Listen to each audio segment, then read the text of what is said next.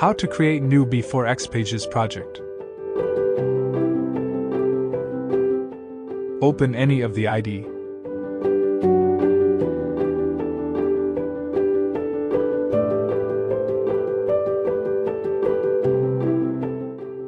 Click New icon, then B4X Pages.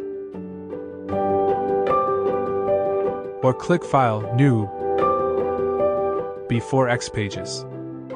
Give your project a name.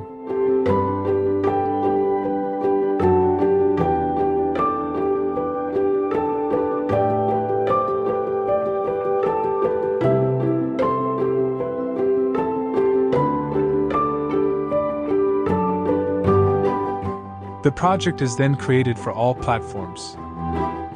B4A, B4I, B4J.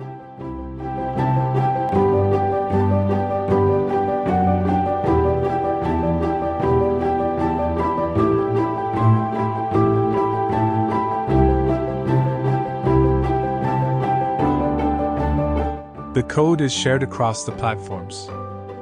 Let's take a look.